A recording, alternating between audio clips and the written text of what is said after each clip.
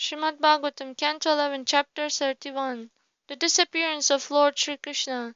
This chapter describes the return of the Supreme Personality of Godhead to his own abode along with all the Yadus. Upon learning from Daruka that Lord Sri Krishna had returned to his abode, Vasudeva and all the others remaining in Dwaraka became very much agitated by lamentation and went out from the city to find him. All the demigods who in pursuance of the desire of Lord Krishna had taken birth in the Yadu dynasty to render assistance in his pastimes followed Lord Krishna and returned to their respective abodes. The Lord's activities of creating a life for himself and then dismantling it are simply tricks of Maya, like an actor's performance.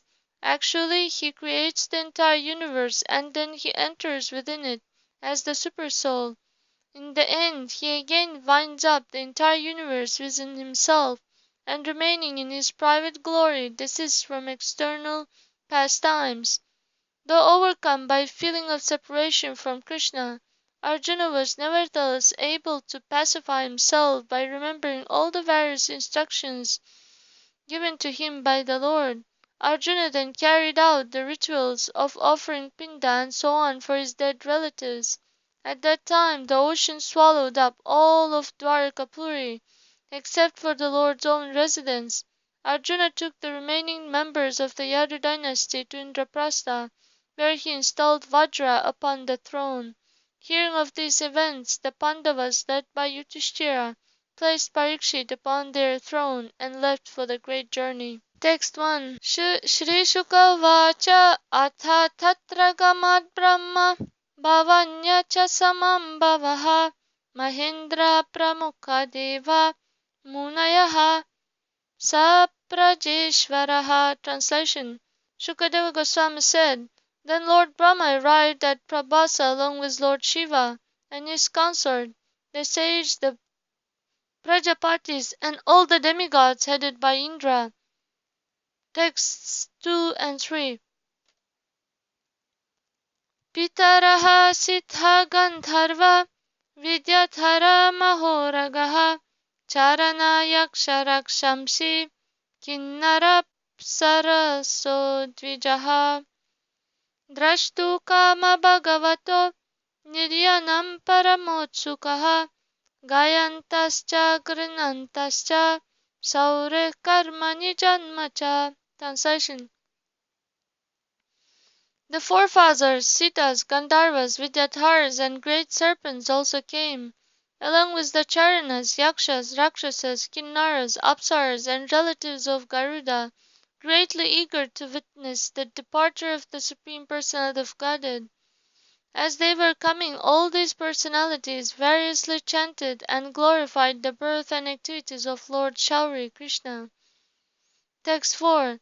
Vavrshuhu Pushpa Varshani Vimanavadipirnapaha Kurvantaha Sankulam Rajan Bhaktya Paramaya Yutaha. Translation. O king, crowding the sky with their many airplanes, they showered down flowers with great devotion. Text 5. Bhagavan Pitamaham Maviksha Vibhutir Atmano Vibhuhu Samyojatmani Chatmanam Padmanetre Nyamilayat. Translation. Seeing before him Brahma, the grandfather of the universe, along with the other demigods, who are all his personal and powerful expansions, the Almighty Lord closed his lotus eyes, fixing his mind within himself. The Supreme Personality of Godhead purport.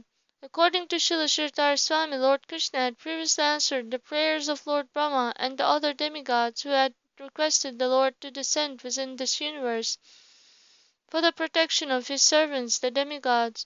Now the demigods arrived before the Lord, each one desiring to take the Lord to his own planet. To avoid these innumerable social obligations, the Lord closed his eyes as if absorbed in samadhi. Srila Jiva Goswami adds that Lord Krishna closed his eyes to instruct the yogis how to leave this mortal world without attachment to one's mystic opulences. All the demigods, including Brahma, are mystic expansions of Lord Krishna, and yet the Lord closed his eyes to emphasize that one should fix one's mind on the Supreme Personality of Godhead when departing from this world. Text 6. Lokabhiramam Ramam Svatanum Dharana Jnana Mangalam Yoga Dharanaya Jnaya Dagtvadam Mavisat Swakam. Translation. Without employing the mystic Agneya meditation to burn up his transcendental body, which is the all-attractive resting place of all the worlds and the object of all contemplation and meditation, Lord Krishna entered into his own abode. Purport. A yogi empowered to select the moment of leaving his body can cause it to burst into flames by engaging in the yogic meditation called Agni, and thus he passes into his next life. The demigods similarly employ this mystic fire when being transferred to the spiritual world.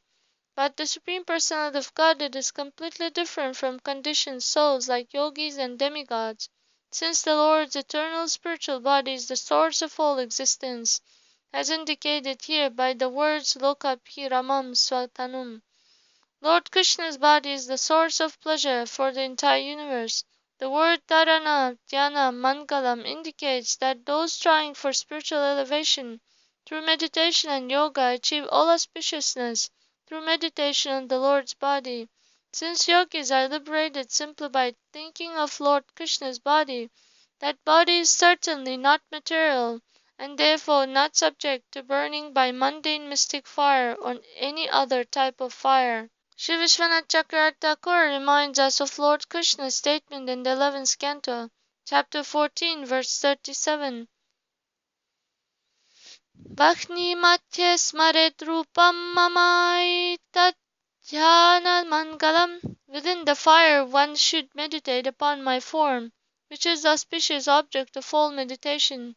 Since Lord Krishna's transcendental form is present within fire as the maintaining principle, how can fire affect that form? Thus, although the Lord appeared to enter the mystic yoga trance, the word adagtva indicates that the Lord, since his body is purely spiritual, bypassed the formality of burning and directly entered his own abode in the spiritual sky. This point has also been elaborately explained by Srila Jiva Goswami in his commentary to this verse. Text 7. Divi dundu bhayo neduhu peduhu sumanasascha khat satyam dharmo dritir bhumehe kirtihi shrischanu tam yayuhu. Translation. As soon as Lord Shri Krishna left the earth, truth, religion, faithfulness, glory, and beauty immediately followed him. Kettle drums resounded in the heavens and flowers showered from the sky. Purport. According to Srila Sridhar Swami, all the demigods were jubilant because each one thought Lord Krishna was coming to his own planet. Text 8. Devadayo Brahma Mukhya Navishantam Swadhamani Avijata Gatim Krishnam Dadrushchati Vishmitaha. Translation. Most of the demigods and other higher beings led by Brahma could not see Lord Krishna as he was entering his own abode, since he did not reveal his movements, but some of them did catch sight of him, and they were extremely amazed.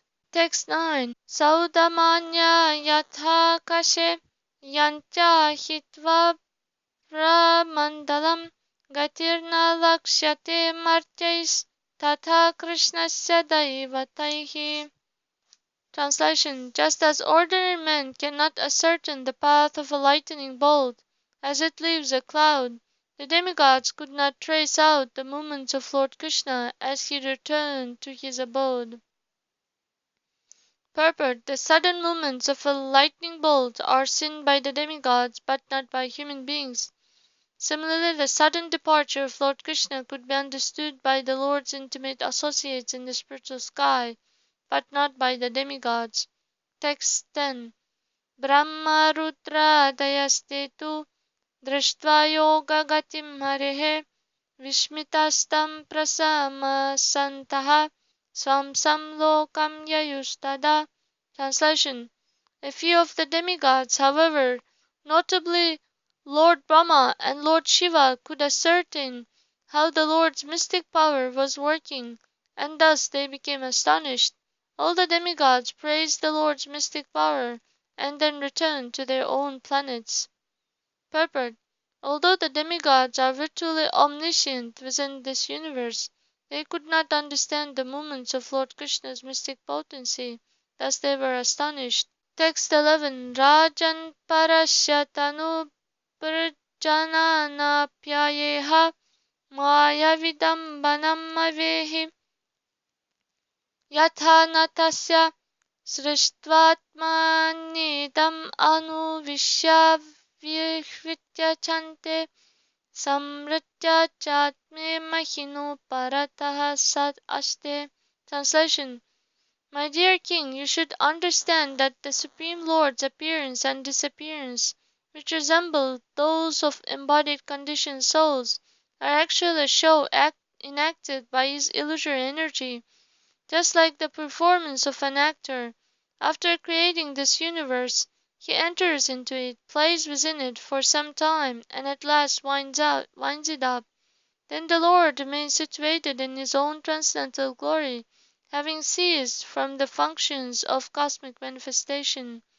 Purport: according to Srila Jiva Goswami, the so-called fight among the members of the Yad dynasty was actually a display of the pastime potency of the Lord. Since Lord Krishna's personal associates are never subject to ordinary birth and death like conditioned souls, this being the case, certainly the Supreme Personality of Godhead Himself is transcendental to material birth and death, as clearly stated in this verse. The word natasya of an actor or magician is significant here. Srila Vishwanath Chakravarti Thakur tells the following story of a certain magician who exhibits the tricks of dying. In front of a great king, a magician approached a stack of valuable garments, jewels, coins, and so forth, all placed there by the king. Taking a jeweled necklace, the magician tells the king, now I am taking this necklace and you can't have it. And he makes the necklace disappear. Now I am taking this gold coin and you can't have it, he says, and makes the gold coin disappear. Next, challenging the king in the same way, the magician makes 7,000 horses disappear. Then the magician creates the illusion that the king's children, grandchildren, brothers, and other family members have attacked each other, and that nearly all are dead from the violent quarrel. The king hears the magician speaking, and at the same time observes these things taking place before him as he sits in the great assembly hall. Then the magician says, O king, I no longer wish to live. Just as I have studied magic, so also by the mercy of the lotus feet of my guru, I have learned the mystic meditation of yoga.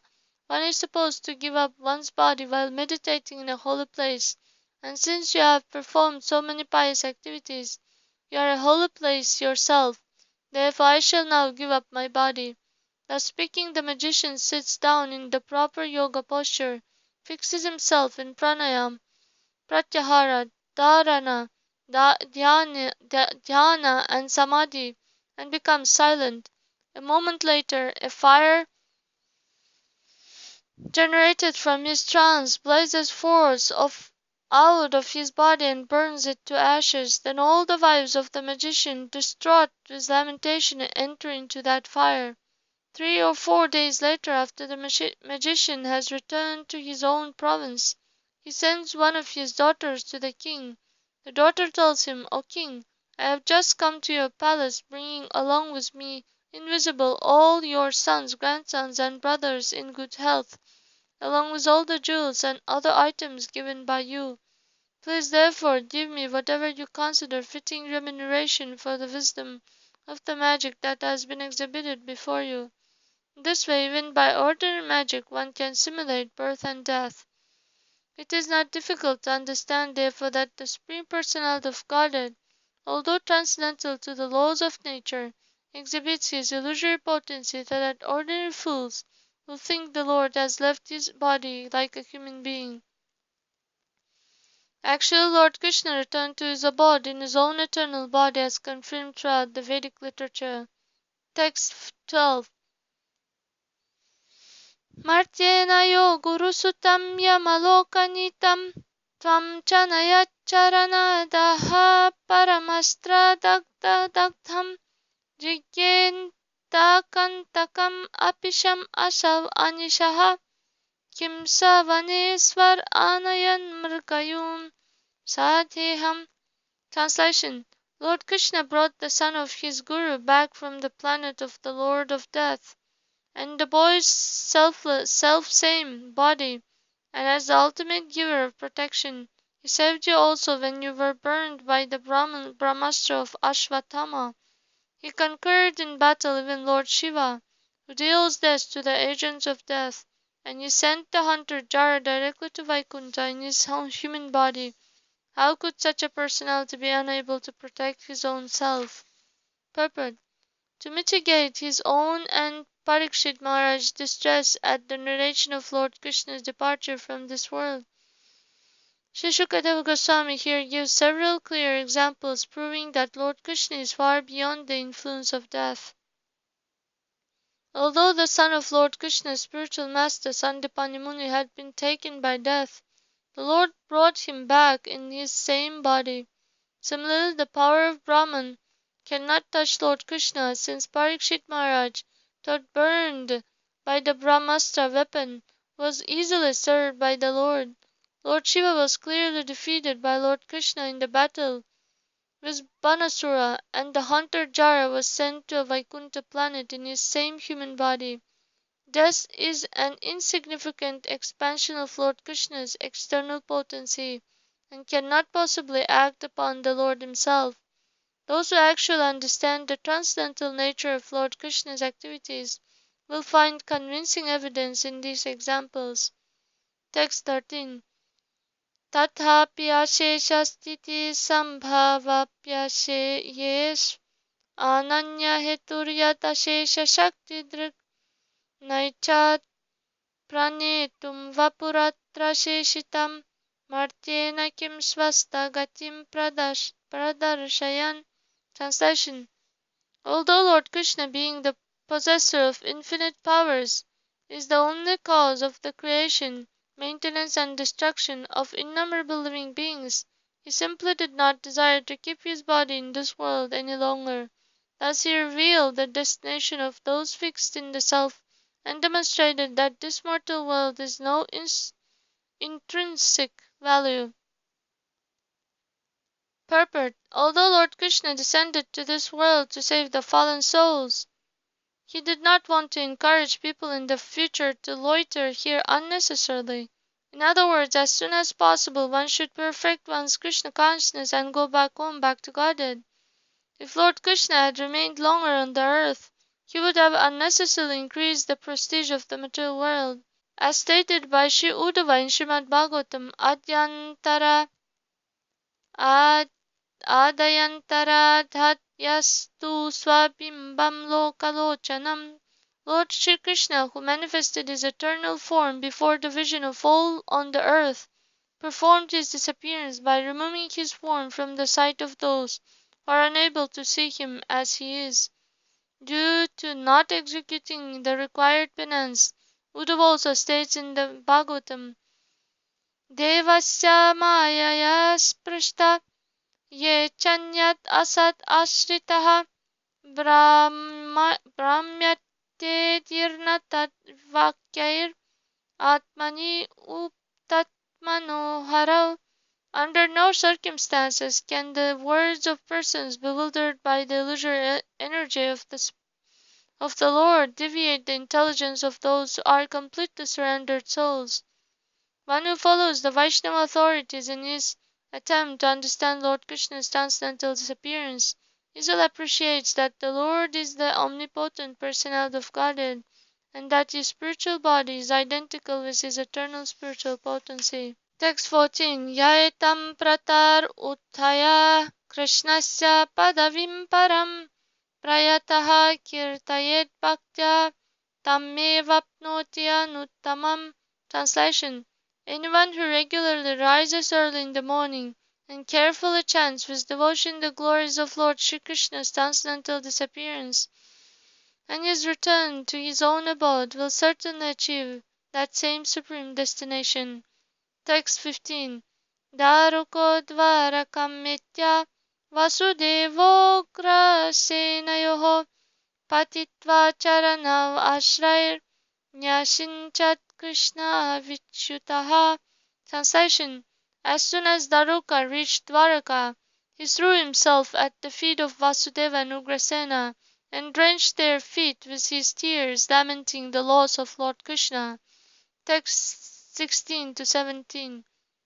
Kathayam asanidhanam vrishninam kritsna sonarpa tachrutvodvingnahridaya janaha shoka virmurchitaha tatrasmatvarita jagmuhu Krishna Vishresha Vikvalaha Vyasavaha Shirate Yatra Yatayognantananam.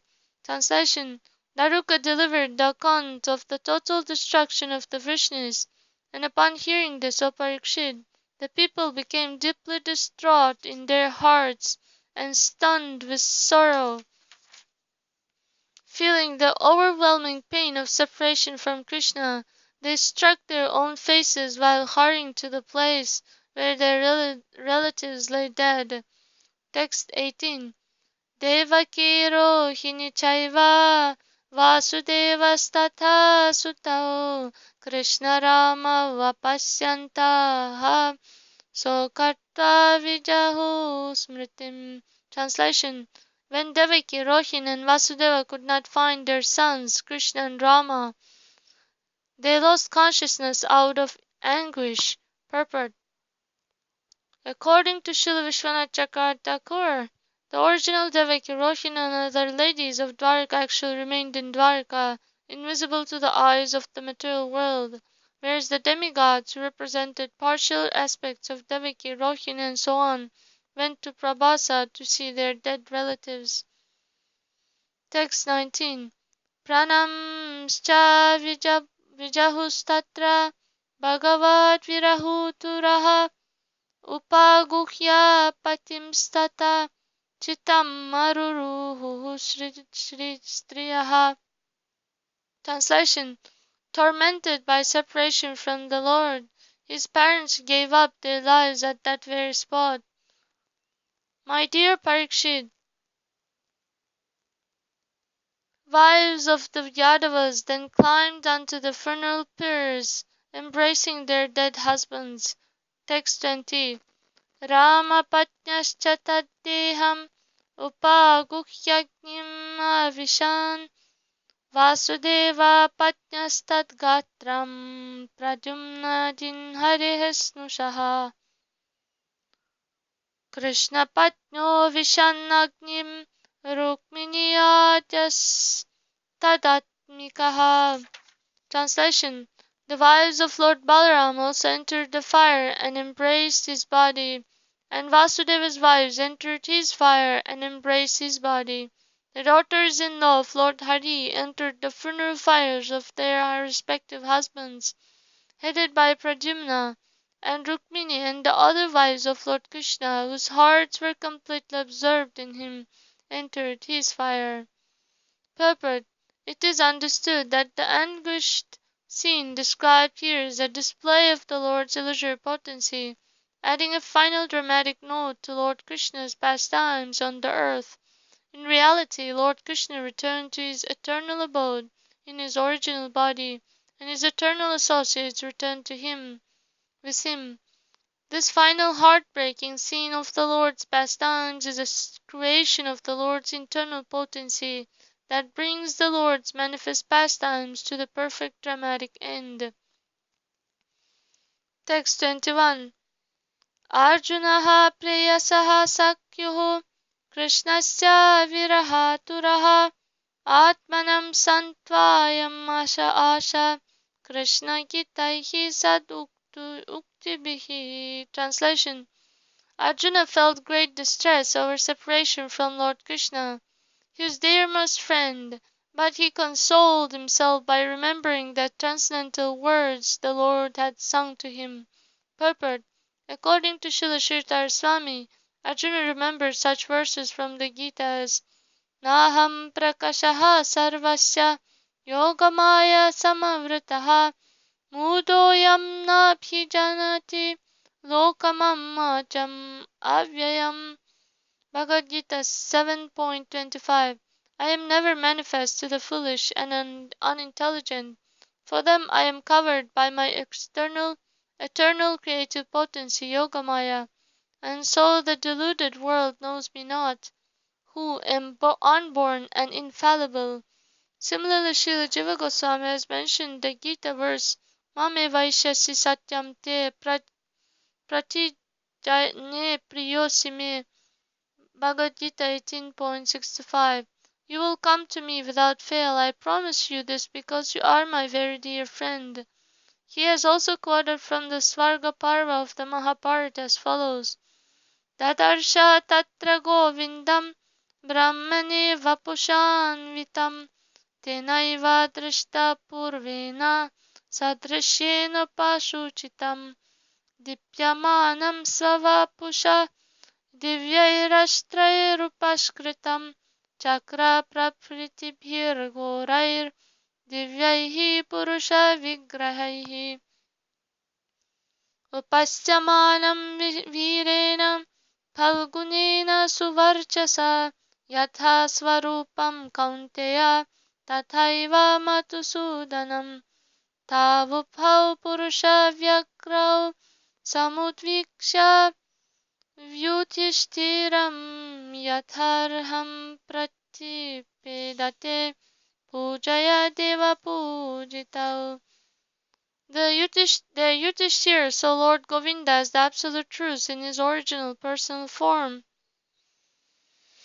He appeared just as Yudhishthira had seen him before, with all the same characteristics. He was glowing brilliantly with the effulgence coming from his own body, and he was surrounded by his transcendental weapons, the disc and so on, which appeared in their fearsome personified forms, or descended of Kunti. Lord Madhusudana was being worshipped by the effulgent hero Arjuna, who also appeared in his original form. When these two lions among men, who are worshipable by the demigods, noticed the presence of Yudhishthira, they approached him with proper respect and offered him worship. Text 22. Bantunam nastagotranam Arjunaha samparaikam hatanam karayamasha yathavat anupurvashaha. Translation. Arjuna then saw to it that the funeral rites were properly carried out for the dead, who had no remaining male family members. He executed the required ceremonies for each of the Yadus, one after another. Text 23. Dvarakam harina tyaktam samudro plavayat krishanat varjayitva maharaja Srimad Bhagavatam. Translation. As soon as Dwaraka was abandoned by the Supreme Personality of Godhead, the ocean flooded it on all sides, O king, sparing only his palace. Purport. Srila Jiva Goswami explains that whereas the external manifestation of the Lord's abode was covered by the ocean, the Lord's eternal Dwaraka exists beyond the material universe, and certainly beyond the material ocean. Dwaraka had been constructed by Vishwakarma, the architect of the demigods, and the Sudharma assembly hall had been brought from heaven. In that city there were many beautiful and splendorous residences of the aristocratic Yadu dynasty, and the most beautiful residence of all was that of the Supreme Personality of Godhead. Srila Jiva Goswami mentions that even in the modern age, people who live near the site of the original Dwaraka sometimes catch a glimpse of it in the ocean. Ultimately, the Lord's associates and abode are eternal, and one who understands this is qualified to become fully Krishna conscious. Text 24. Nityam sannihitastatra Bhagavan Matusudanaha Smritya Shesha Shubhaharam Sarva Mangala Mangalam. Translation: Lord Madhusudana, the Supreme Personality of Godhead, is eternally present in Dwarka. It is the most auspicious of all auspicious places, and merely remembering it destroys all contamination. Text 25. Stribala Vrithan Adaya Hatasheshan Dhananjayaha Indraprastham Samavishya Vajram Tatra Phyaye Chayat. Translation: Arjuna took the survivors of the Yadu dynasty, the women, children, and old men, to Indraprastha, where he installed Vajra as ruler of the Yadus. Text 26. Shrutva suhridvadham rajan Arjuna te pitamaha Tvam tu vamshadaram kritva Jagmuhu sarve mahapatham. Translation: Hearing from Arjuna of the death of their friend, my dear king, your grandfathers established you as the maintainer of the dynasty, and left to prepare for their departure from this world. Text 27. Yaetad devasya Vishnoho karmani janma cha Kirtayet shraddhaya martyaha Sarva papaihi pramuchyate. Translation: A person whose face engaged in chanting the glories of these various pastimes and incarnations of Vishnu, the Lord of Lords, will gain liberation from all sins. Text 28. Itham harir bhagavato ruchiravatara Viryani bala charitani cha santamani anyatra cheha cha shrutani grinan manushyo bhaktim param paramahamsa gatau labheta. Translation: The all auspicious exploits of the all attractive incarnations of Lord Sri Krishna, the Supreme Personality of Godhead, and also the pastimes he performed as a child, are described in the Srimad Bhagavatam and in the other scriptures. Anyone who clearly chants these descriptions of his pastimes will attain transcendental loving service unto Lord Krishna, who is the goal of all perfect sages. Thus end the purpose of the humble servants of His Divine Grace A.C. Bhaktivedanta Swami Prabhupada to the 11th Canto, 31st chapter of the Srimad Bhagavatam, entitled The Disappearance of Lord Sri Krishna. The 11th Canto was completed at the New Gokula South American Pilgrimage Site, State of São Paulo, Brazil, on Friday, March 26, 1982. End of the 11th Canto.